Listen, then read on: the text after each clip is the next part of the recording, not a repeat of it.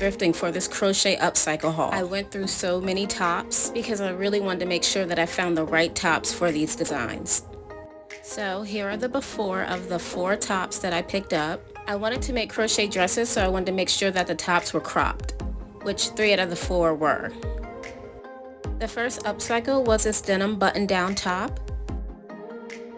These were the colors that I chose at first, however, I ended up switching the idea. I came across this cotton yarn and immediately I knew that this was the right one. I wanted it to work as a dress, but I also wanted it to be open for other options. The next top was a striped one. I really loved it, and I stayed loyal to my first yarn choice, which was this white cotton yarn, turning it into a full dress.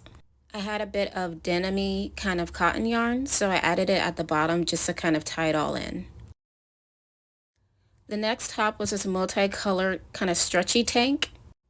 I want to play along with the top by creating stripes.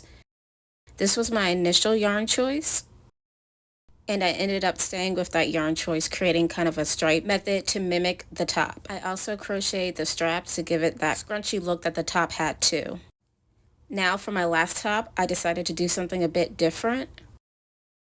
For this one, I decided to cut it in half to create a set instead of a dress.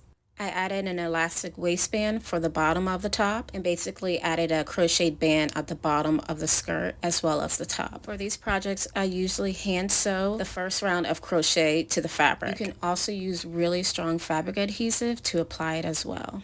This was a fun little upcycle and I can't wait to do it again.